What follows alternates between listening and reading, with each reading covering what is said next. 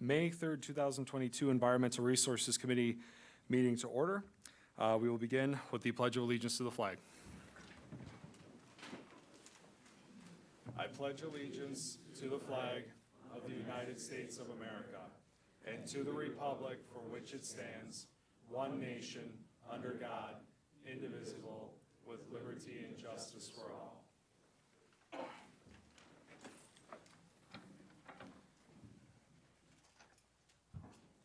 Thank you. Moving on to item 3, we have public comment. We have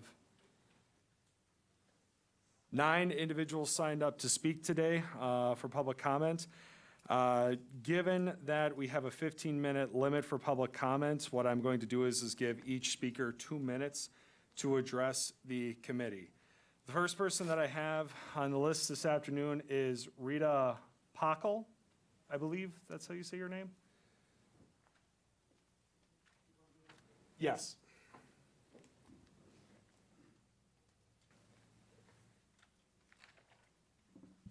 Thank you. Can you hear it? Yes. Rita Pockel, 1310 Maple Hill Road, Wausau, Wisconsin, 54403. When you are trying to make your decision on... This meeting is being recorded. Okay. I'll start add a couple over. seconds. Okay. When you're trying to make your decision about the proposed drilling and the prospective open pit mine in Easton Township, please consider the effect it might have on the surrounding wetlands and the species that live there. Thank you. Thank you. Next up, we have Evan J. Prater. Oh, sorry, I filled that in by mistake. I thought that was just general signing. Gotcha. Thank you. Next up, we have Dan Barth.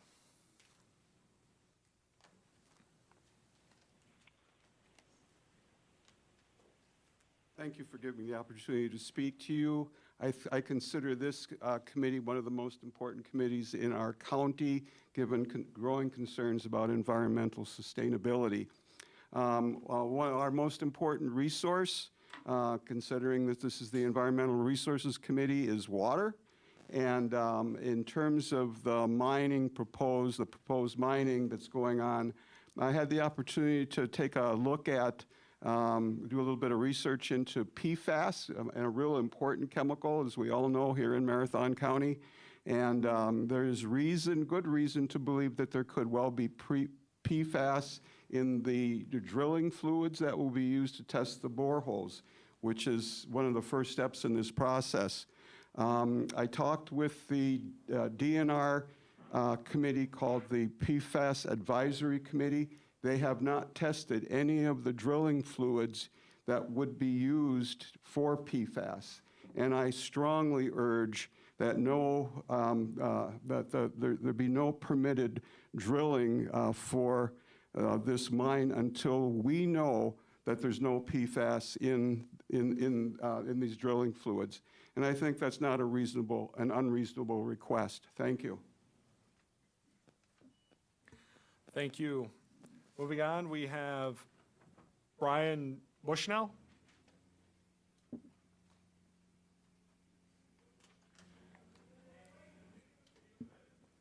Thank you for the opportunity to talk with you. I live in the village of Weston.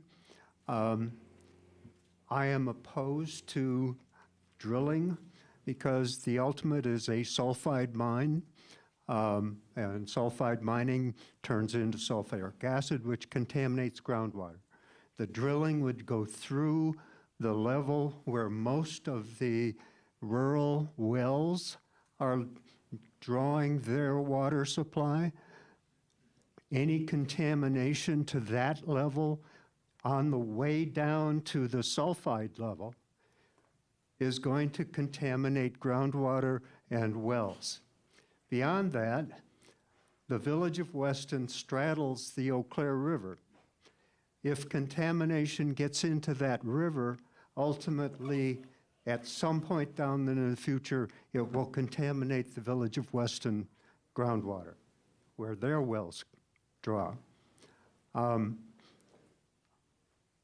I hope that you will be able to oppose and not approve drilling or any other part of this process. Thank you. Thank you. Moving on, we have Nancy Tabaka Stencil.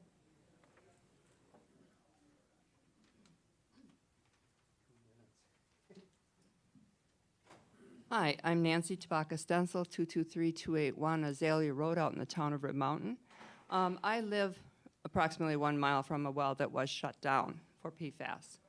And my concern is when this comes to this mining, I'm really hoping the DNR as well as the county is going to look at the groundwater. Are you going to guarantee us that they'll do testing first of the groundwater so we have a baseline to start with and we know if there is any damage done? And if damage is done, who's paying for this? Are we going to be stuck with it as a county? Is the mining company going to have to be putting up some money forward? Thank you very much. Thank you. Next up, we have Kathy Conla-Barth.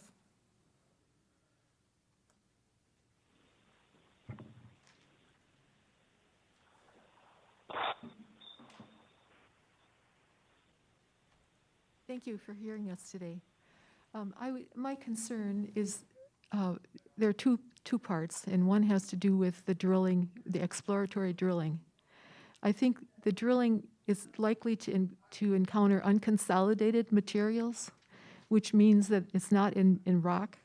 And so when those drill holes are abandoned, there's a possibility of contamination coming into people's wells, and a lot of those wells are likely to be in that unconsolidated material, the sand and gravel aquifer. But that doesn't mean that that's the limit of where these test borings will be, because similar test borings were taken in Oneida County that were a mile deep.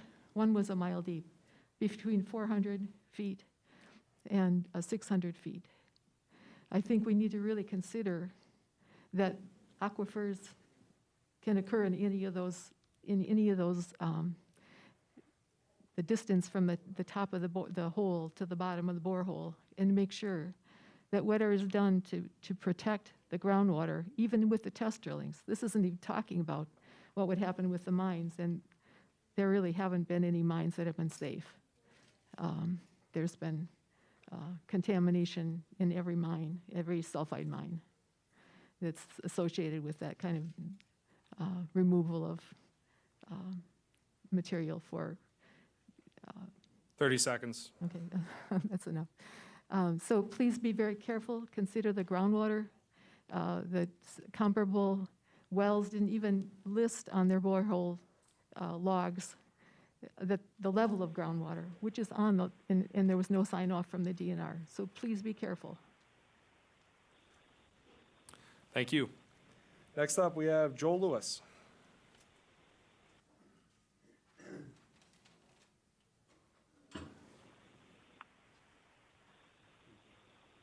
Hello, thank you to the Environmental Resources Committee for being willing to listen to us, and thank you for your service to the county. When I served on the Marathon County Board of Supervisors in 2018, we unanimously voted to pass the metallic mining ordinance. So obviously, I know that this county cares about, the quality of our water and protecting that, what's important.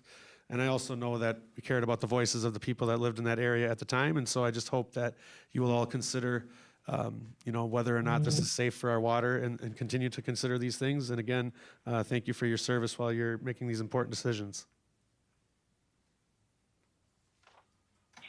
Thank you. Next up, we have Bill Duncanson.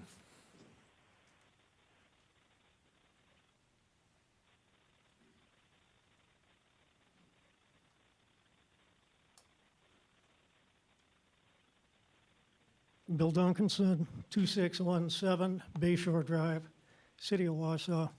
Actually, it's the Village of Maine. I appreciate the opportunity to address you. A few years ago, I would have been staff for your committee. But it's good to see those of you that are here again. You've got a pretty tough issue in front of you. I think the most important thing, other people mention a lot of stuff, PFAS, groundwater, but groundwater is it. but sulfide mining is just not safe. Terrible, terrible history in dealing with the tailings ponds. It's just nasty, toxic stuff, and you can't contain it. If you think we have trouble with manure lagoons, just wait till you get sulfide and those types of residuals that you try and hold. I don't know that there's been a mine in the U.S., possibly even the world, that has successfully contained those tailings for any period of time. Once it gets out, game's over, your groundwater's shot. The other issue that I think you need to think about is the firm that's coming here, they've got the word green in their name. Don't necessarily believe that that is environmental. Some firms use green even though they aren't really green. I know you're going to be hearing discussion about the gold is needed for electronics to go towards the world's future in getting away from carbon-based fuels. It may be true that that's used, but if you think about 30 the seconds. environmental impacts that occur in gold mining, especially with the sulfide-based mining, if you take your total cost, total project cost, and the environmental cost of the whole thing, it gets to be pretty high. If you do more damage environmentally than what you're going to save on the 10 tail seconds. end, it's a net loss. Thank you. Thank you. And then we have Ruth Wysinski. Oh, thank you. Thank you. Okay, with that, we will conclude public comment for today. Thank you to all the speakers. Moving on, we have item 4, approval of the April 5th, 2022 committee minutes. They were in your packets. What was the pleasure of the committee? Motion to accept the minutes by Supervisor Seefeld, second by Supervisor Drabek. Any further discussion? Seeing none, all those in favor signify by saying aye. Aye. Those opposed? Motion carries. Thank you. Moving on, item 5, operational functions required by statute, ordinance, or resolution. A, public hearings, review, possible actions, and possible recommendations to the county board for its consideration. County zoning changes. 5A1, Gail M. Bukowski, General Agriculture to Rural Estate, Town of Reed. At this time, I'd ask everybody please mute your phone, or if you are joining us over WebEx, to please mute yourself to eliminate any unnecessary background noise. The Marathon County Environmental Resources Committee is now meeting in public hearing on the location, plan, specifications, and purpose of the following projects. Gail M. Bukowski, General Agriculture to Rural Estate, Town of Reed. I would like to introduce the members of the committee. Myself, Jacob Longenhan, the Chair of the Environmental Resources Committee, Supervisor Alan Drabek, Vice Chair of the Committee, Supervisor Dave Overbeck, Supervisor Mike Seefeld, Supervisor Mike Ritter, Supervisor Andrew Vensky, Supervisor Tony Scherfinski, Supervisor Kim Unger. We have Marilyn Ben, our Wisconsin Towns and Villages Association representative, and Rodney Roskoff, who is our FSA representative.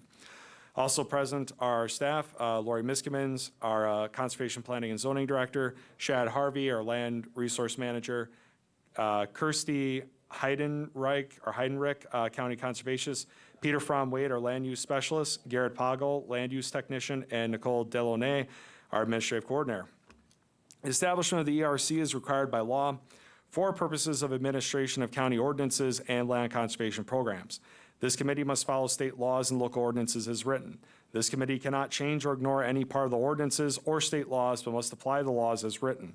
The purpose of this committee is to hear and decide on proposed ordinances and ordinance revisions, rezoning petitions, and provide direction on land conservation and planning programs. The ERC will the ERC will give a full and fair hearing to any person applying for a rezone petition. A taped recording is being made of the meeting, which will assist with preparation of written hearing minutes. The committee is interested in hearing all pertinent comments and questions. Each hearing will be opened by reading the public notice and allowing staff to present a staff report, including evidence from any on-site inspection. The applicant and anyone wishing to testify will be sworn in and allowed to give testimony. Witnesses will be called in order of those first in favor, second opposed, and then third as interested may appear. The committee may ask questions of the zoning staff and applicant. It is necessary that we set a reasonable time limit on individual statements and on the overall length of the hearing. To promote orderly discussion, anyone wishing to present oral testimony or ask questions relating to the hearing should state your name and present your testimony or question so it becomes part of the official record. We request you avoid repetition. Once the committee has all the necessary facts, the chairman will close the hearing, allowing no further testimony, and the committee will deliberate and decide in front of the public whether the applicant has met the standards in the ordinance. No additional testimony from the public is allowed during the deliberation. However, the committee may question staff for purposes of clarification. After a decision is made, the committee will proceed to the next public hearing. Many of the decisions made by the committee are a recommendation to the Marathon County Board of Supervisors, who will take up the matter at a future county board meeting. Please contact staff for more information regarding this county board process. The committee will now hear the application of 5A1, Gail M. Bukowski, General Agriculture to Rural Estate, Town of Reed, and we will begin with our staff report. We have Shad Harvey here. Shad, do you swear to tell the truth, the whole truth, and nothing but the truth? I do. Proceed. Thank you.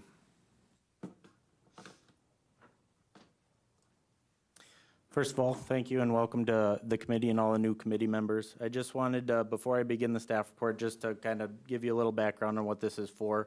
It's just a summary to help kind of summarize the request and outline everything for you guys so you can make an informed decision. So this is a staff report for Gail Bukowski, petition to rezone land, staff report, May 3rd, 2022, Environmental Resource Committee. Petitioner Gail Bukowski at 172199 Christoph Road in Hatley, Wisconsin, 54440. Property owner is Gail Bukowski, same address. Location of the rezone, areas proposed to be rezoned are in the southwest corner of the town of Reed, just west of the intersection of Christoph Road and Tyboro Road. The request, the position of Gail Bukowski to amend the general Code of Ordinances for Marathon County, Chapter 17 zoning code from general agriculture to rural estate described as part of the northeast quarter of the southwest quarter of Section 17, Township 27, North Range 9 East, Town of Reed. The proposed area to be rezoned is described as Lot 1 on the preliminary survey map submitted with the rezone petition, which can also be found in the packet provided. Part of the parent parcel and PIN number as seen. Public hearings and meetings, the Town of Reed Town Board meeting, March 8th, 2022, and Marathon County Environmental Resource Committee today, May 3rd, 2022 at 3 p.m. There was a legal notification, a legal advertisement was published in the Wausau Daily Herald. Notice of the zoning change request was also sent by regular mail to adjacent property owners within 300 feet of the subject property. The existing zoning district is general agriculture. Existing generalized land use land cover map, Town of Reed, Comprehensive Plan 2020. The proposed area to be rezoned are shown to be woodlands and croplands used in the town's comprehensive plan, existing land use / land cover map in 2020. Adjacent lands are comprised of similar land uses.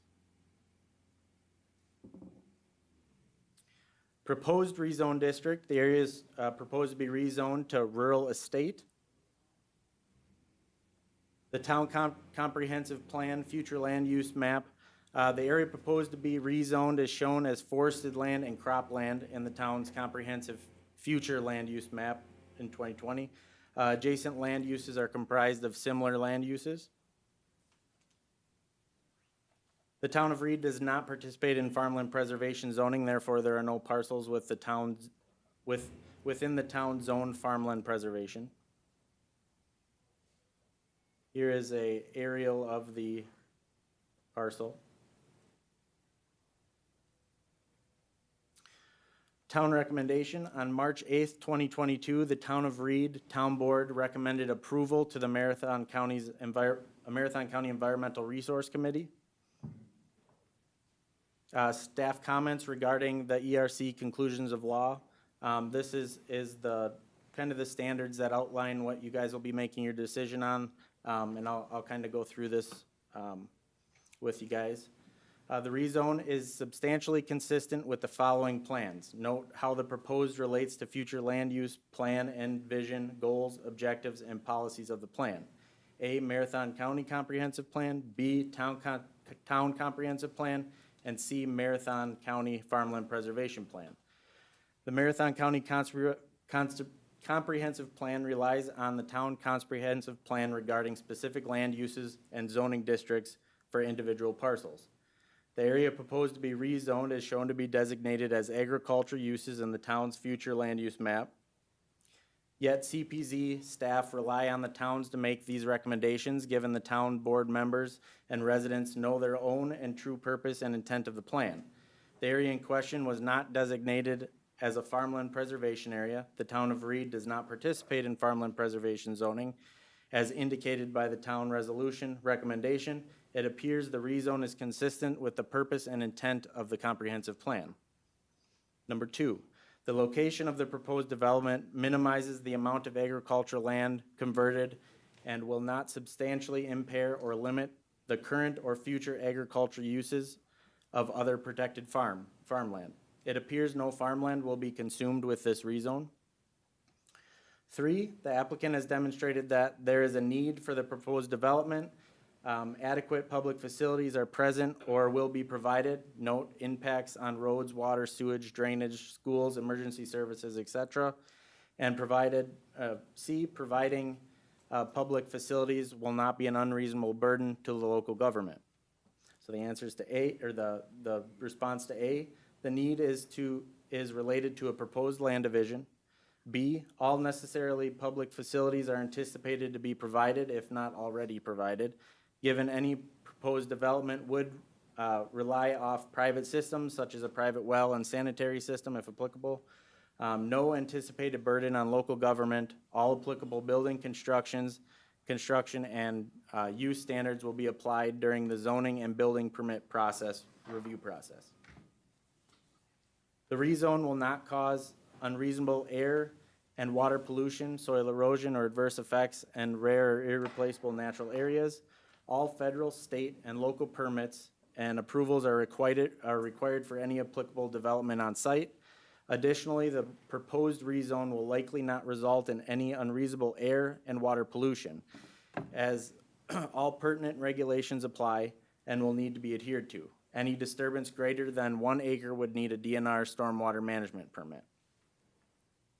The town has approved the proposed rezone of the property. The town of Reed Town Board has recommended approval of this rezone petition. All concerns from other agencies on the proposed rezone have been addressed. What are the concerns? The county has not been aware of any concerns from other agencies. CPC's staff recommendation. The rezone meets all the zoning district standards as it relates to size, frontage, access, and dimensions. If approved, the town of Reed should update their comprehensive plan to reflect the proposed rezone. The future and existing land use maps should also reflect the rezone in question. The rezone also appears to be consistent with the purpose and intent of the town's comprehensive plan as indicated by the town's resolution. Based on the information provided, findings of fact, conclusions of law, and the town's recommendation, it appears the rezone request meets all rezone criteria and standards for rezone. Therefore, CPZ staff recommend that the Environmental Resource Committee recommend approval to the Marathon County Board of Supervisors. Thank you, Shad. Are there any questions for staff? Supervisor Drabek. Mr. Chairman, I just had some on that, what the town filled out. I think they put some extra X's in there. Oh, I got to find it here. On question 5, is there a potential for conflict with any existing land use in this area? They have both yes and no checked. And I didn't know if one was crossed out. That'd be on page 11 of the. Yep. Is there any potential for conflict with existing land uses in the area? Right, yeah. Mm-hmm. And then the next, I would have one more question on that. Sure, go ahead. Okay, if I may flip the page over, and it says, is a proposed rezone request consistent with the town's adopted comprehensive plan, and they have no? But he just said, yeah, so I think it's just somebody put an X down. Yeah, so to the second question, it did differ from what they had on their comprehensive plan, but the town's resolution indicated approval, which was stating that they would make those changes and that it would then be part of their future comprehensive plan. Thank you. Can you speak to question 5 where they Xed both boxes? Yeah, Gail is on the line if they have any say on that. Okay, we'll ask them at that time. So with that being said, any other questions for Shad? Yes, Supervisor Stravinsky. One question, going back up to the very top, under paragraph 1. As you were describing it, you started to describe the northeast quarter of the southwest quarter, and then you said section 17, and the documentation all says section 27, township 27. I apologize, I misspoke on that. So it's supposed to be 27. 27? Thank you. Just wanted to make sure that we had the details right. Okay, thank you. Other questions for Shad? All right, seeing and hearing none. Thank you, Shad. Moving on.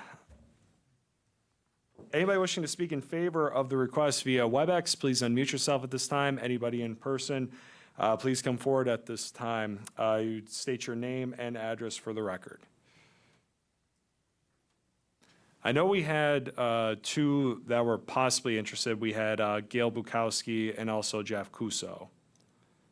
Do either of you wish to speak? Jeff Kusso does not. Oh, for 5B. Got it. Thank you. Does Gail Bukowski wish to speak? No, we don't. Okay, thank you. Anybody else wishing to speak in favor of the proposed rezone? I'll call one more time after this. Anybody wishing to speak in favor? Moving on. Anybody wishing to speak opposed to the request? Please identify yourself at this time. I'll call one more time after this. Anybody wishing to speak against the proposed rezone, please identify yourself at this time. Hearing and seeing none, moving on. Anybody wishing to speak as interested on the proposed rezone, please identify yourself at this time. Last call. Anybody wishing to speak as interested on the proposed rezone? All right. Hearing and seeing that no one else wishes to testify, if no one else wishes to testify for this application, I am now declaring the public hearing. I apologize. Gail M. Bukowski, General Agriculture to Rural Estate, Town of Reed, now closed. The committee will now deliberate on the application and apply the standards of the zoning ordinance. So during this part of the process for rezones, this is just a little bit more information for the new committee members. Now we would have general discussion about the information that was presented during testimony. And if there are questions of clarification, we can, of course, ask staff, and they can do the best that they can to respond to that.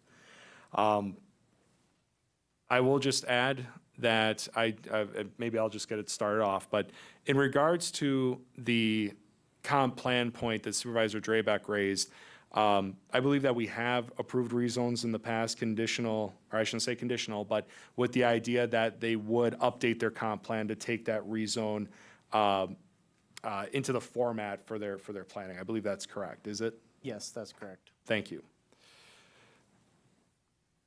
The second question I had was in regards to the double Xing of the boxes. And I'm not quite sure we can provide any more information on that at this time unless staff has anything to add. I'm not positive on the double X. All I can say is the town did approve the request. Okay. Okay. Committee members, anything to add to discussion? Okay. Supervisor Seefeld? Thank you, Mr. Chair. I'll make a motion to accept for the petition of Gail M. Bukowski to amend the Marathon County zoning ordinance to rezone land from general agriculture to rural estate in the town of Reed, and to forward the conclusion of law and to forward it on to county board. Okay, motion's been made. Is there a second? Second by Supervisor Sherfinsky. Any further discussion? One thing I will add, if you could please follow up with the town to have that, include that as part of the county board packet for when we meet on this matter this month. That would be great, Shad. Thank you. All right. Any further discussion? Seeing none, all those in favor signify by saying aye. Aye. Aye. Those opposed? Motion carries. Thank you. Moving on to 5B, review and possible recommendations to county board for its consideration, town zoning changes pursuant to Wisconsin Statute 60.62 sub 3. 5B1, Town of Ringel, comprehensive revision and adoption of a town zoning ordinance and zoning district map consistent with Wisconsin Statute 60.62 sub 3. I'll go ahead and give a brief intro, and then I'll turn it over to the Town of Ringel. Pursuant to Wisconsin Statute 60.62.3 for our town zone towns, they do have to get their zoning ordinances and district maps approved by our county board. Our staff does not assist these towns with doing that, so they take this under their own guidance and contractors and things like that. So this is really just something that does have to go through our board process in order to get approval. And Jeff Kusso is here from the town of Ringel to give a little bit of an overview of what they did to update their zoning ordinance and zoning district map. For ERC committee members who are returning from the last session, you already did see this ordinance and map update a couple months ago. After they adopted it, they did figure out they needed to make additional changes, so that's why they're bringing it through again. So, and Jeff is on the phone, so I will turn it over to him to explain a little bit about the changes since the last time it came through the ERC. Okay, Jeff, whenever you're ready.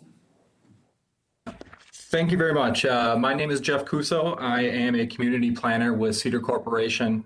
In Cedar Corporation, we assisted the town of Ringel in the development and adoption of their new zoning ordinance and zoning map to replace their current zoning ordinance and zoning map. That's what we're here for today. So just generally, reasons for adopting it is to achieve better consistency with the town's comprehensive plan and future land use map, bring more parcels into conformance with zoning standards, correct inconsistencies, protect property owners from incompatible uses, clarify zoning ordinance text to better represent rural growth patterns and preservation goals, stay ahead of the curve in land use and development trends. And then really most importantly is the original ordinance was adopted in 1975 with very little amendments since then. So it was time for a refresher. For the specific document and ordinance that's in front of you, there were numerous town planning and zoning committee meetings held from December 2020 through March 2022. There was a public information meeting held on May 24th, 2021. The public hearing was held on March 28th, 2022, and the town board meeting in which the proposed ordinance and zoning map were adopted occurred on April 11th, 2022. So in the ordinance, there are 12 sections. Section 1 is the title, authority, and general provisions. Section 2 is zoning districts, zoning map, and use regulations. Section 3 identifies the additional use requirements. Section 4 is your general requirements. Section 5 is parking, loading, and access/driveway requirements. Section 6, supplemental requirements. Section 7, signs. Section 8, mobile tower siting regulations. Section 9, non-conforming. Then Section 10, administration. Section 11, procedures and enforcement. And Section 12, definitions. As far as the changes from the previous draft document previous document that you reviewed and approved, there were some glaring omissions or issues with where the special event venues were allowed and specific standards there. So that would include things like wedding barn venues and concert venues. But then there was also an omission regarding the adult entertainment and adult-oriented establishments that we needed to get in there to better protect the town. So in general, those are the two primary changes that occurred since the previous document that you reviewed and approved. For the zoning map, nothing has changed from what you previously reviewed. There are 7 zoning districts being proposed on the new zoning map, which are identified in the memo in your packet. And then just in general, many of the existing zoning districts were directly translated to a proposed zoning district on the proposed map. But there were some expansion of residential districts where there was a residential development pattern near existing residential districts. We also created a concentrated mixed use district in the center of the township. It's in a developed portion of the town where there's currently mixed uses and very small lots. And then also there were some zoning designation changes for specific properties to reflect existing uses and to remedy non-conforming situations. And that is all I have. If there's any questions, I'm here to answer. Thank you, Jeff. You answered my main question, which was the difference between the last iteration of the ordinance and what the version is in front of us today. So are there any questions from the committee? Just ask a question for staff. I would believe, if the committee supports it, a motion to approve the ordinance would be necessary then? Okay. What is the pleasure of the committee? Supervisor Seefeld? Thank you, Mr. Chair. I'll make a motion to accept the town of Ringel's zoning package here. And I don't know if it goes from there. Would it go to the county board for approval as well? Okay. And to county board. Thank Okay. you. Thank you. Is there a second? Second by Supervisor Ritter. Hey, I got it right. Good. Off to a good start here. Okay. Motion has been made in second. Any further discussion? Seeing none, all those in favor signify by saying aye. Aye. Aye. Those opposed? Motion carries. Thank you. Moving on, we have 5C, review and possible recommendations to the county board for its consideration. We have none. 5D, review and possible action. We also have none. Moving on to item 6, educational presentations, outcome monitoring reports, and committee discussion. In the interest of time and in the interest of the public that has showed up here today, I would like to move item 5A2 up to where we are in the agenda right now. To address that agenda item right now without objection from the committee. So if there's no objection, I'd like to move the metallic mining update up to now. Seeing no objection, we will have item 5A2, a metallic mining update.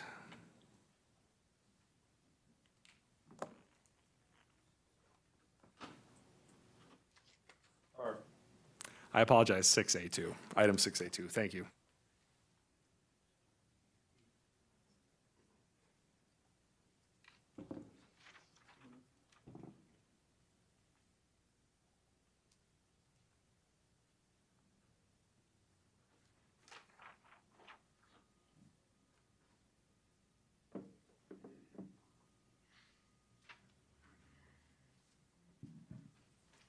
And then Peter did. Chair Lingenham, excuse me, this is Andy Lynch. 1 second, please. We have a call-in user, last 2 digits, 25. Could you identify yourself for the committee, please? Yep, Joel Lewis. Thank you. You're welcome.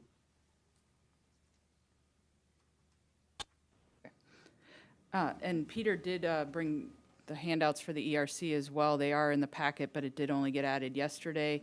It's just a quick 2-page handout on the history of the metallic mining ordinance within the county, and then on the backside, it does talk about the question or the update that everyone's waiting to hear about, which is that our department did receive an application late last week for metallic mining exploration permit from Greenlight Metals.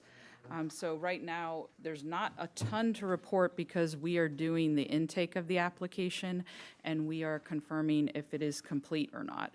Per our ordinance, if we do assess the application is complete, we would then have 20 business days to process the permit and determine if it could be issued or not. The backside of that handout does give you a little better explanation in terms of what is involved in exploration, what that refers to in our ordinance. So it is drilling for, boreholes that can be not to exceed 18 inches for the purposes of looking for minerals and metals. So I think that's the biggest thing I want to say. Jacob, I know you might want to add some other stuff. I think the first side of the sheet also just gives some history in terms of how we got to the current ordinance that was adopted in 2018.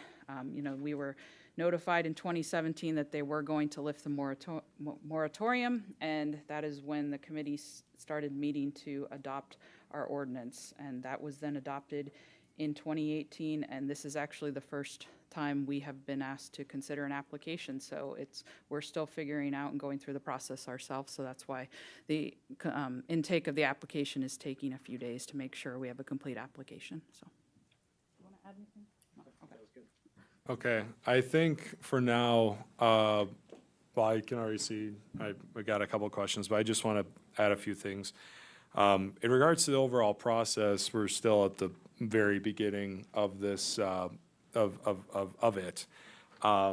This permitting, I believe, has 30-day turnaround time. Is that correct, Lori? 20 business days once we determine it's a complete application. Which you're currently doing? Yes, correct. I will just add to the committee, given that with the permitting process that we have right now, my plan is to, at the technically June meeting of the ERC, we will have a much more comprehensive overview of the entire metallic mining ordinance. I believe that date is going to be May 31st. I would also like to extend an invitation to Greenlight Metals to come and do a presentation in front of the committee to tell us all about the work that they do. So I want to make that very clear. So there will be much more information on this at the May 31st meeting. The reason why we're not going to spend a lot of time on it today is because we have some new individuals that we need to get onboarded here. So in the interest of everybody's time, that's why I wanted to focus on that today. And on May 31st, we'll address metallic mining more. However, if you all have any burning questions today, now would be the opportunity to ask them about the mining process. Marilyn, go ahead. I'm just wondering, can the county be any stricter than what the state is in the permitting, or you can't exceed what the state has? I'm gonna let Teal or Shad give the because they have the great standard response. No, we can't be more or less strict than the state. I will say, as long as the applicant provides all the required information, that's what we have to go off of when we do our permitting. I just wanted that to be clarified. Thank you. The other thing I would just like to add to that is staff could add more clarity here as well, but I believe that the DNR has issued their exploratory drilling permit to Greenlight already. Is that correct?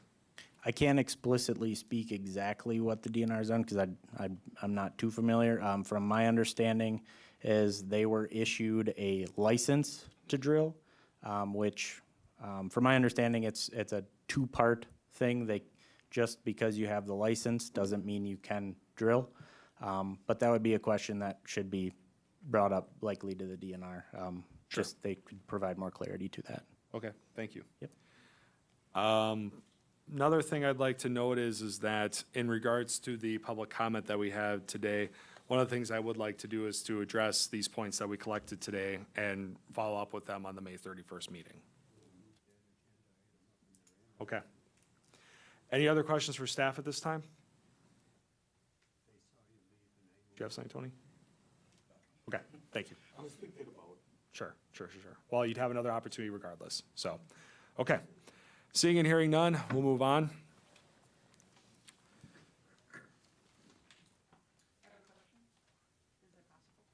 The time for public comment is past. The committee is meeting. You can follow up with staff after the meeting. All right. Moving on to 6A1, Educational and Orientation Topics for Environmental Resources Committee. We have 6A1A, brief overview of ERC roles and responsibilities.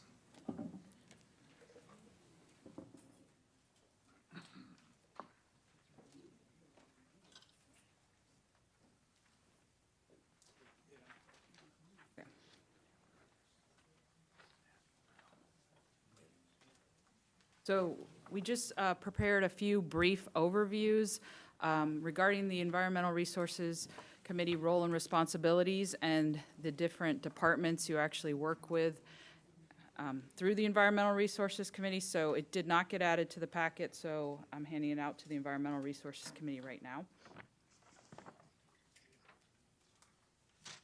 So I'll cover briefly some of the committee responsibilities, and then Jacob, if you want to add to that, you can. And then we also have Jamie from Parks and Melissa from Solid Waste here as well to give brief overviews of those departments after I cover the CPZ department.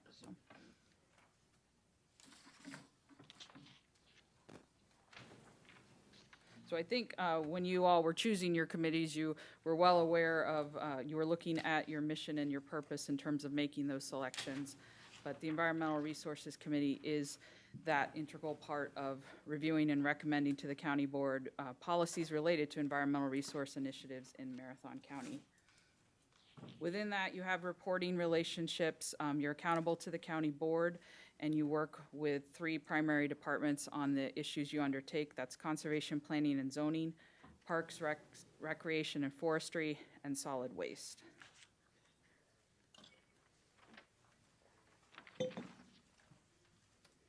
You also have committee relationships with several other committees within the county, including the Forestry Recreation Committee, the Forest Citizens Advisory Subcommittee, the County Park Commission, the Solid Waste Management Board, and the Metallic Mining Committee. And then there are relationships with the Board of Adjustment. That's more sometimes for educational purposes. We may bring things over to you that are going on at the Board of Adjustment as well. And then the Marathon County Land Information Council, which is housed in CPZ, and the Wausau Metropolitan Planning Organization is also within conservation planning and zoning. So occasionally we will bring items forth from those efforts as well to this committee.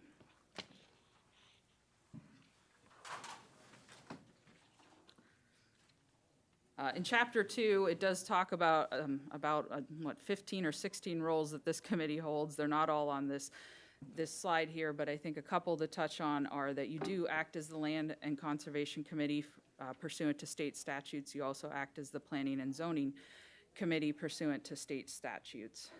You also promote the implementation of the county's comprehensive and strategic plans as it relates to the Environmental Resources Committee. And again, you're making policy and long-range recommendations related to environmental and community issues for the county and to the county board.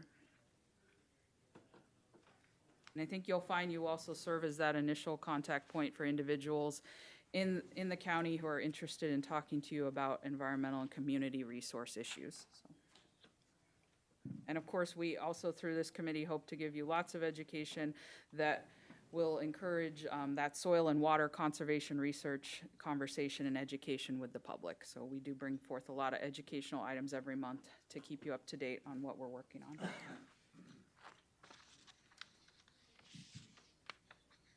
And then as it relates to the 2018 to 2022 strategic plan, the Environmental Resource Committee is the champion on objectives 5.2 and 6.3. So provide sound land use decisions that conserve and preserve natural resources in decisions with economic development and growth, and also protect and enhance the quantity and quality of potable groundwater and potable surface water supplies.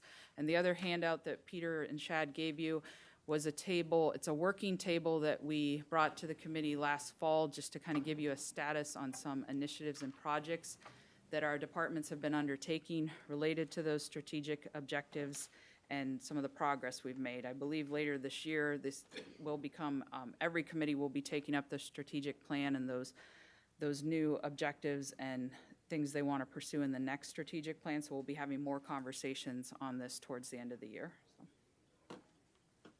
And I'll stop there for a minute on the Environmental Resources Committee and see, Jacob, if there's anything else you would like to add related to roles and responsibilities, and take any questions. Sure. The one thing I just want to add to the committee is that, for the committee's consideration, is that this committee does a lot, in the sense that every month there's a pretty healthy workload, whether that be with zoning amendments, zoning ordinance approvals. Then we also have the programs that we provide oversight for in the county. Just like any department, there's a lot to take into, but with us, we have a lot of individuals, or I should say a lot of organizations, a lot of committees that are reporting to us. So it is a little bit of a learning curve, but it's definitely not impossible. The one thing that I always direct our county board supervisors to when they ask, what does the ERC do? What is the mission of the ERC? Well, you can look in the rules, of course, but really, if you all have the agenda in front of you today, you could refer back to it right now. Every single standing committee is responsible for certain elements of the strategic plan. And one of the things that the ERC did was we put at the beginning of every single one of our agendas those two strategic plan goals and objectives. And you can see here, we are responsible for Objective 5.2 to promote sound land use decisions that conserve and preserve natural resources and decisions with economic development and growth. And Objective 6.3, protect and enhance the quantity and quality of potable groundwater and potable surface water supplies. That is what we are here to do at the end of the day, no matter what item that we have in front of us on the agenda. So, one thing I would highly recommend is the resources that the staff had sent out late last week with the zoning process. I really appreciate those videos because they give you an idea of how that process works. Please ask questions if you have them. Follow up with staff after the meeting if you have questions as well. That's the way to learn, is by asking questions. So that's all I really had, Lori. Okay. I don't know if staff had anything else for the general overview. Does anybody have any questions for staff right now? Okay. Well, we have, So we're going to cover just very quickly the three departments that work with the ERC. This will be 5 minutes each. That's about it. And then we'll dive in more in future meetings based on education topics you want, questions you have, things like that. So I'll start with conservation, planning, and zoning, and then I'll turn it over to my counterparts in parks and solid waste. So conservation planning, the Conservation Planning and Zoning Department, our mission is to protect our community's land and environment because we believe that the economic strength and vitality of our community is dependent on the quality of our resources. We do this through leadership, accountability, community engagement, and collaborative partnerships, and we promote thoughtful and deliberate use of our resources and innovative solutions so that Marathon County has healthy people, a healthy economy, and a healthy environment today and tomorrow. We are a very large department. If you're familiar with the history of our department, it merged from 3 departments in the early 2000s into one. And our administrator likes to say the county covers everything from A to Z, so I'm going to steal his adage because we also cover everything from A to Z in conservation planning and zoning. We do addressing and airport easements to zoning, and even if you look at our program areas, we're set up sort of like that. We have administrative services who really keeps our lights on, supports all of our CPZ programs, and keeps us within budget. We also have conservation services where we work with the animal waste storage, nutrient management, livestock licensing, farmland preservation, managed grazing, water resources, and we also do a lot of community stakeholder groups through our conservation programs. So you might have seen the O'Plain Partnership for Integrated Conservation. That's one of our community groups that we engage with a lot on different farming issues in the county. We also have land information, geoservices, and planning. There's several functions within that program area that don't come through the ERC. They might go through infrastructure or public safety as well, but you will interface with that department or that program area on certain things like the comprehensive and strategic planning updates that we support for the county, and groundwater, stormwater, and sewer service planning as well. And then, of course, as Jacob mentioned, there is a lot of zoning that we do at Conservation Planning and Zoning, and we do bring that through this committee every month with the rezone petitions for sure. But along with that, we also have zoning related to shoreline and floodplain, non-metallic mining, metallic mining, and we have our private on-site wastewater system program. So we are 1 director, 4 managers, 25 full-time staff. We also have many volunteers and community engagement groups that we use to get our work completed at our department. And one of the things we really take pride into at our department is that we are able to leverage a lot of state and federal grants as well as our fee-based revenues to provide and expand services for Marathon County. So almost half of our annual budget comes from either grant or fee revenue. And a couple, Jacob touched on some of these things, but things that we work with the ERC on quite frequently include those rezones. We also bring forth town zone ordinance and map updates, which you had with the town of Ringel today. You'll see us come before you with different ordinance updates related to chapters 11, 13, 15, 17, 18, 21, and 22, because we have them all in our department. We also have fee schedule updates. We bring a lot of discussion and look for a lot of guidance from you all as it relates also to the implementation of our land and water resource management plan and other guidance and direction on policies from the ERC related to the strategic plan objectives that the ERC oversees. So we do have 30 staff. The primary staff you'll interface with as part of the Environmental Resources Committee are myself, Kirsty Heidenreich, who just started as our county conservationist. She replaced Paul Daigle just this last month. Then we have Shad Harvey, our land resources manager. And then we have additional land use staff, including Peter From Wade, who's down there, and Teal Fixon. You'll probably be seeing more of him as we talk about metallic mining. and Garrett Poggle just started with us as our land use technician.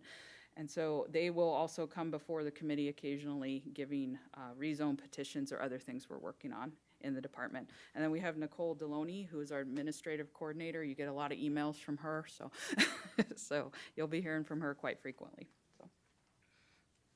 And I'm going to, Jamie or Melissa, who's up next? I forget. I guess I'll take questions first and then turn it over. So. Who are the 4 managers that you have? Sure. Diane Hansen is in charge of our administrative services. She's in the back. Shad Harvey is our land resources manager. Dave Mack takes care of land information, geoservices, and planning.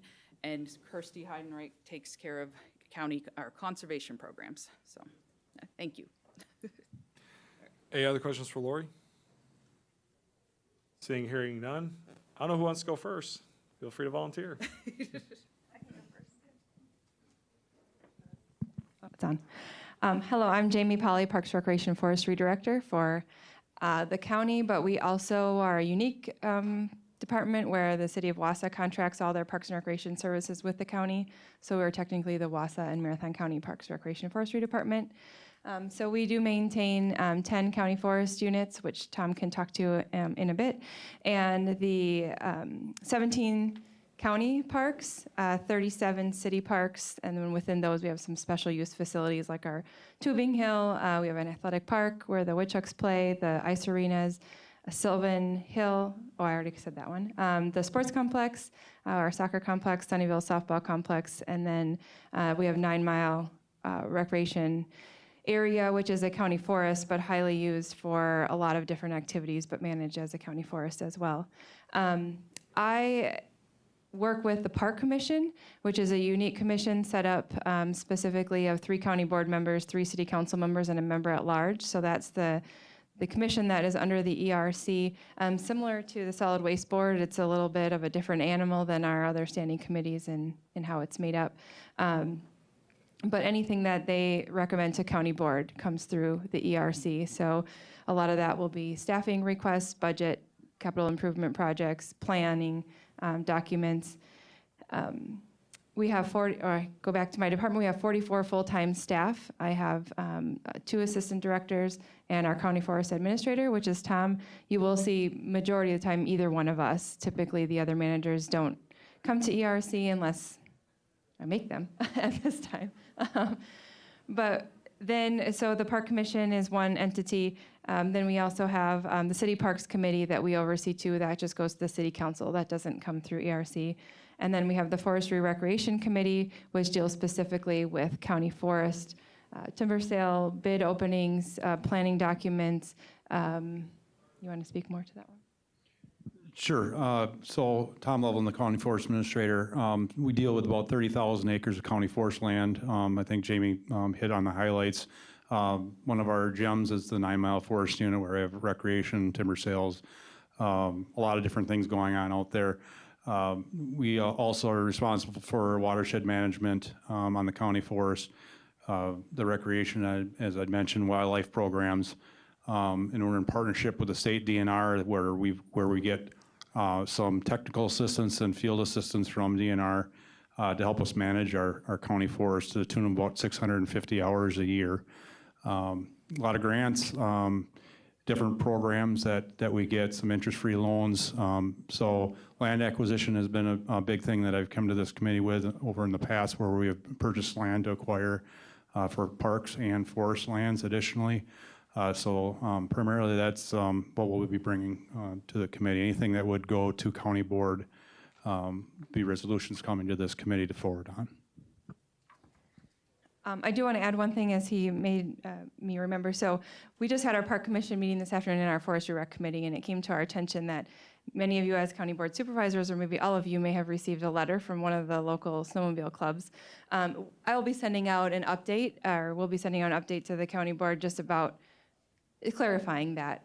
We do have the position posted. It actually closed yesterday. We'll be doing interviews next week for it, so it is still covered. It hasn't changed other than in the name, because we're making it a full-time position versus a part-time position, but it is a shared position between recreation and motorized recreation. So for more information on that, if you need to contact me, go ahead, but I will be sending out a clarification, because I think every county board member may have gotten it, I'm not sure. But more to come on that. So we oversee that as well. We also oversee all the recreation in the county and in the city. We have one recreation superintendent. So we manage 3 pools, the splash pad, anything in Marathon Park. And I work very closely with the fair, and Rick's on the fair board, so he doesn't ever get rid of me. I think that if there's any questions for me on our department. Any questions from the committee? Not? Elisa? Thank you, Mr. Chair, and good afternoon, everyone. Some of you I know, and some of you I haven't met yet, so it's very nice meeting you. I've been working for Marathon County since 2007, and will only be working for Marathon County 8 more months. And so you'll see less and less of me and more of my second in command, who I hope will be the future solid waste director. His name is Dave Hagenbuscher. The Marathon County Solid Waste Department has been around since 1980. That's how long we've been managing garbage in this county. And that pretty much came out of some of you who have gray hair like me probably remember the days when every town had a dump, right? And we don't do that anymore. Please don't do that anymore. That's bad. Typically those were done, that wetland that you couldn't plow. You couldn't build a house on it. That was the perfect spot to throw your garbage in for the week and then start it on fire. I grew up in Junction City, and that's exactly what they did. So now we have sanitary landfills, and we have 3 of them out on our site in Ringel, and one is closed. That's the very first landfill. And we have another one, Area B, which started operations in '94. And then our current one, which is Bluebird Ridge. So we kind of use the 2 new, or the mid landfill and then our newest landfill. We provide service, landfill disposal service for customers in about, I think it's 19 counties now. We are a regional solid waste facility, and we are an enterprise fund. We have never used tax dollars, ever, and hopefully it'll always stay that way. We earn all of our money to do all the things we need to do through landfill disposal primarily. We provide a lot of value-added services so that we can build our client base, and when we build our client base, that's where we build our revenues from, and that's where we build our margins from, our profit margins. And we use that money, our profit, to invest back into our community. Number 1, we pay for all of our equipment, all of our landfill expansions, all of our landfill closures, all of our long-term care, all of our closure escrows, all of our DNR requirements. We pay for those with the cash that we earn from taking care of your garbage. Now, not all of you send your garbage to me, because some of your municipalities may be sending your garbage to another landfill in the state. Garbage travels a long distance, as does recycling. So we use that income then to support programs like our household hazardous waste program, which is without charge to any household in Marathon County. You can make an appointment and come out, and my staff will manage your household hazardous waste and make sure it's sent off for appropriate disposal where it will no longer harm the environment. And typically that means incineration. So we receive things like, yes, there's still DDT out there, believe it or not, a lot of it coming from old farmsteads that are now becoming hobby farms. So we see a lot of the old chemicals, ginseng chemicals coming in. So we take them in, we contain them, and then send them out for hazardous waste disposal. I don't know if any of you have used the medication drop box programs at many of our police departments. So Wausau, Rothschild, Everest Metro, Edgar, Spencer, I'm trying to remember all of them around the county, have medication drop boxes. And most of them will either be a slot in the wall or look like the regular old post office box drop. And when you have some old prescriptions, you don't want to flush them down the drain because that's, again, not an environmentally sound thing to do. We have options for you, and we have them at police stations because these have to be secured. Many times the medications coming in are scheduled drugs, so controlled substances. We are in partnership with not only those police departments, but the Marathon County Health Department is a partner in that, as well as the coroner's office, or medical examiner's office. You'll see those located throughout the county. We support that program through the income we earn for landfill disposal. Many of those locations also now have sharps collection. So if you take any injectable medication, I have sharps at my house. Those can go for safe disposal because we don't want your needles in the waste stream. Because one of the biggest challenges we face for worker safety is needle sticks. And also for our customers. So if you bring something out to us and you step out into the landfill out of your pickup truck and you're gonna offload the stuff out of your pickup truck, we try to keep a surface that's good enough for you to walk on, but a needle could go through a shoe. So we want to make sure that we try to make a safe facility, so that's why we support the sharps drop boxes at our police departments. We also do a lot of consulting. Town of Johnson is one of my shining success stories. Marilyn contacted me a long time ago and said, the town wants to look at curbside services. And it also wanted to, evaluate whether their drop-off project or their drop-off location was adequate to meet the need. And I worked with the town board to evaluate that situation, and the result was they really liked the town drop-off. But then I helped them figure out how best to get the best value for their town drop-off. So we sent out an RFP for services for the town drop-off, for a hauler to come and pick up the stuff. And we ended up saving the town a lot of money, if I remember correctly.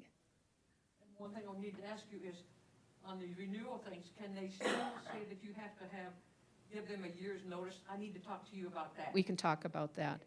So we help our municipalities save money through these sort of strategies, which we're expert at, and we're always willing to work with any municipality. The town of Green Valley, the town of Emmett, and the town of Kessel are the three most recent, other than the town of Johnson. We work with businesses throughout the area to help them manage their waste streams. In fact, when Line Tech expanded a couple of years ago and added on quite a bit of new capacity, we have a testimonial from their vice president that said they could not expand their capabilities, expand their business, hire more people, and become more successful without convenient, available landfill options for their waste stream. So that's what we do. I love what I do for a living. I love serving Marathon County. I love the people I work with. We only have 11 full-time employees. We manage 250,000 ton of regular garbage a year and about 30 to 40 ton of household hazardous waste a year, and a host of things, everything from, we recycle tires and fluorescent bulbs and waste oil, and if you've got it, I've probably got a way to figure out how to manage it. And we love those questions. Give us a call. We are the What Do You Do With experts, and yeah, it's a pleasure meeting all of you and serving you. Okay. Any other questions for staff? All right. I think one thing, just, I don't believe there was anything else to add under this one, no? I don't believe there was. I think we summarized all the reporting relationships in the departments as well, which is fantastic. One thing that you all are going to find, and I'm speaking to the new committee members, and I'm hoping the experienced ones will also lend their support to what I'm about to say, which is Marathon County is very blessed in the employees that we have working for us, that they're all very dedicated.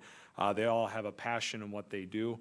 And we're especially blessed at the employees that we get to interact with here as elected officials as well. So in a way, that's saying thank you to all you for the hard work that you do, and I look forward to the work that we're about to do. So, okay, moving on. We already got through 6A2, so we will proceed to 6A3, introduction of new conservation planning and zoning staff. I did kind of touch on this in the presentation, but I'll just add a few more things because I know for returning committee members, you are familiar with certain CPZ staff faces, and they are changing for sure. So I think most of you have met Shad Harvey. He's the Land Resources Manager. But we also, to our zoning staff, added Peter Fromm Wade as our land use specialist, and you might know him from Pouts. We've told him, so he's been part of our Pouts team for six years, and we told him he's not getting away from it, but he has decided to come to the dark side and try zoning for a while, so he's going to come over and do that. And then we also added Garrett Poggle. He comes to us from the City of Wausau Waterworks, and he is a native of Merrill. He just started with us a week ago, I think, and he has already issued his first zoning permit, so we're very proud of that. And then we also, to our conservation part of our department, added Kirsty Heidenreich as our new county conservationist, taking over for Paul Daigle. So I'm actually going to turn the next two items over to her to give you some updates related to conservation efforts. Sure. Hi, everyone. I'm Kirsty Heidenreich. Some staff around the office have been calling me Paul 2.0, which I think is kind of endearing. I do have so much admiration for the program that Paul has run for many years in our department, and I know that many of you have gotten a chance to know him, and so I just wanted to kind of be upfront about the fact that I know I have big shoes to fill, and I do take it very seriously. And just to echo kind of what's already been said, you know, there are really wonderful staff here in Marathon County, and especially with the Conservation Department, it has been wonderful getting to know them over the past few weeks. And you can rest easier at night knowing that you have very experienced and extremely knowledgeable staff working hard in the Conservation Department.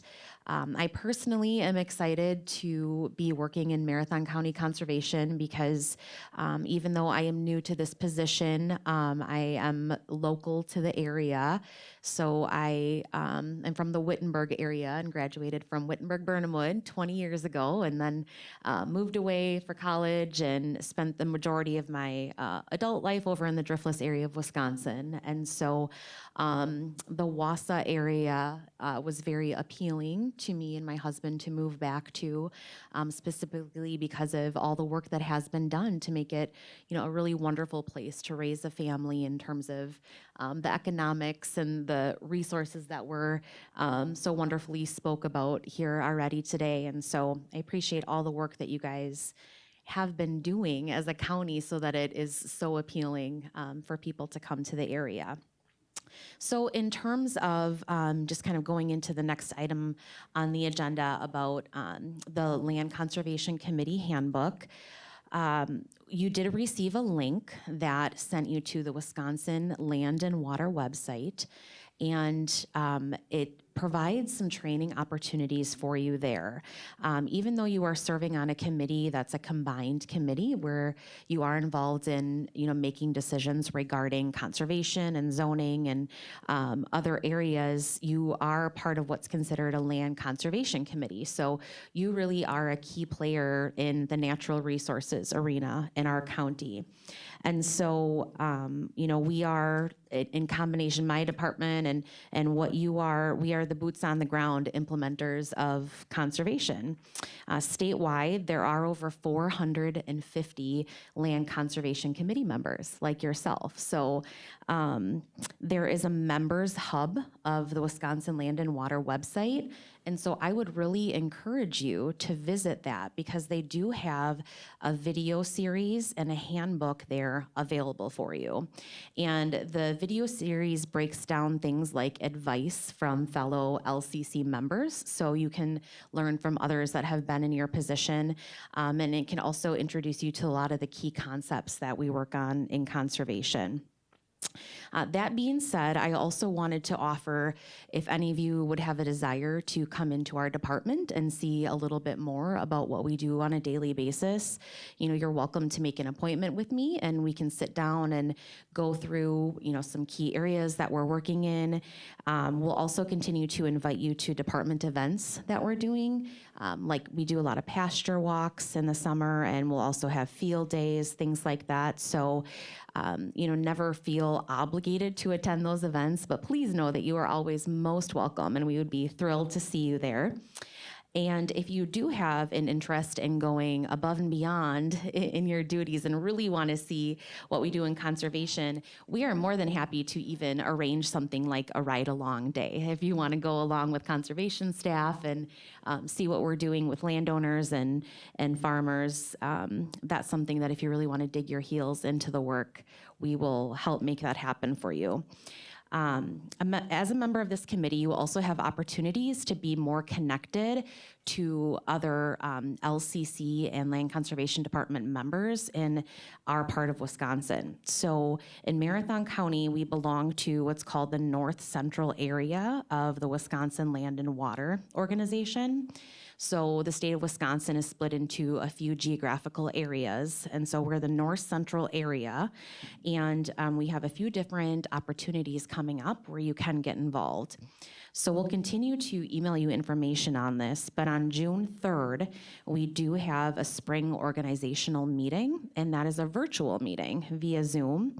And it runs for about 5 hours that day, but there will be other LCC members that attend to find out about what we have going on. There's opportunities for elections, that sort of thing. And then on August 12th, there's also a North Central summer tour, and that is in Florence County. And these summer tours are set up to highlight conservation practices that are going in that county. So you can see what a grassed waterway, new construction project looks like, or maybe a new barnyard that's been created on a farm. And so the whole day is meant just to highlight conservation and be not only a training opportunity, but also a networking opportunity for you as well. So any questions on that? Any questions from the committee? Okay, should we move on to one more agenda item? Yes. So also just very briefly to touch base on the Marathon County Land and Water Plan. You were also sent links to our Land and Water Plan and a narrated video regarding the Land and Water Plan. We fully understand that you all have a lot coming at you right now, so we won't dive into the specifics of this, but again, please know that we're always here to serve as a resource for you should you have any questions. But please go ahead and at least, click on those links and maybe skim through it a little. We'll be diving into it deeper with you. But this Land and Water Plan is really a phenomenal plan that was updated in 2021. And I cannot give Paul enough kudos for the level of work that him and staff did on this plan. I've read a lot of different county land and water plans, and this is by far the best one I have ever seen. So Marathon County really, really has something to hang its hat on in terms of the quality of work done there. This land and water plan is put in place because it's meant to be an underlying assessment of the land and water resources in Marathon County. And then what we do is we create goals and strategies that go along with the county's overall goal to protect our land and water resources. So when we're looking at these goals and how we should achieve them, we always have to approach those goals with the framework of, what the overall CPZ mission is. We want to be protecting our community's land and environment because we know the economic strength and vitality of our community is dependent on these resources. So if the resources fall apart, our economy will fall apart. But no pressure, guys, no pressure. So that's what, we try to do every single day. We use this plan, this is our toolbox, and this plan is good for 10 years. So it's gonna guide us until 2030 or so. And just in closing, I wanted to mention that Marathon County does have 356 rivers and streams with a surface area of 3,748 acres. So many of these bodies of water that we have are impaired. So while many look beautiful, there is a lot of non-point source pollution that's also going into these wonderful bodies of water that we're so fortunate to have here in Marathon County.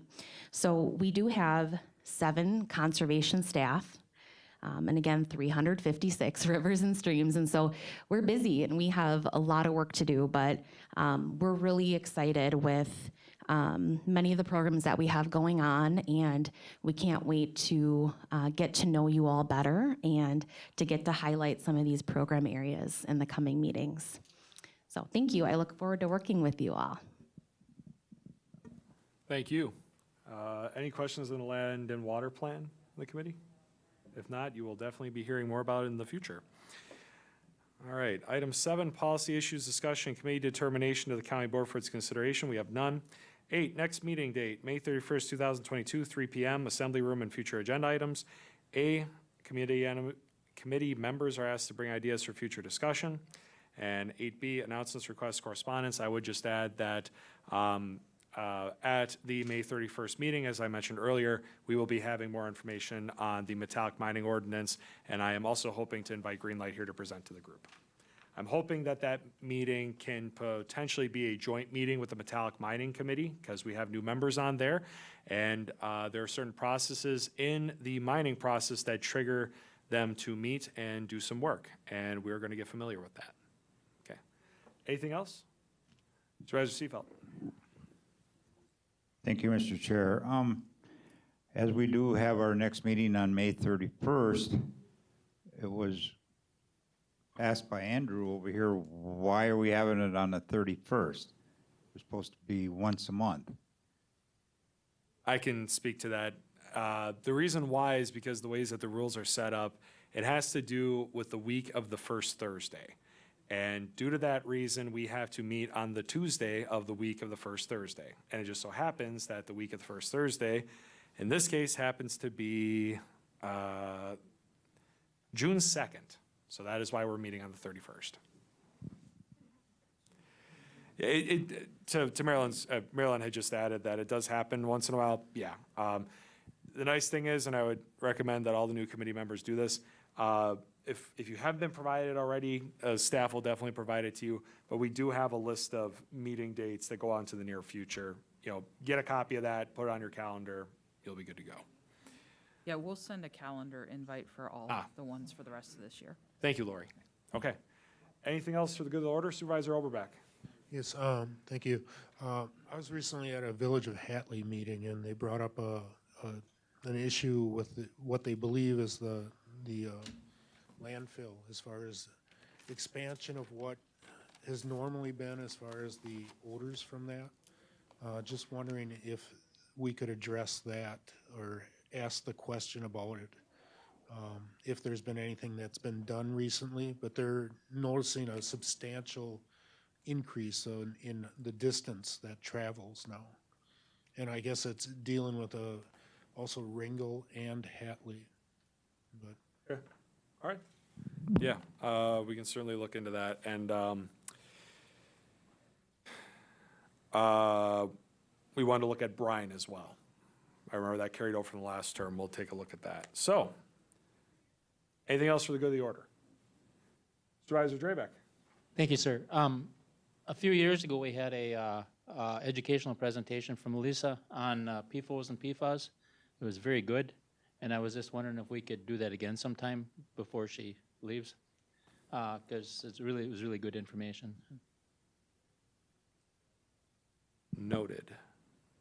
Okay. Anything else? Seeing none, number 9 would be in order. Motion by Supervisor Seefeld, second by Supervisor Sherfinsky. Any further discussion? Seeing none, all those in favor signify by saying aye. Aye. Those opposed, motion carries. Thank you, everyone. This meeting is no longer being recorded.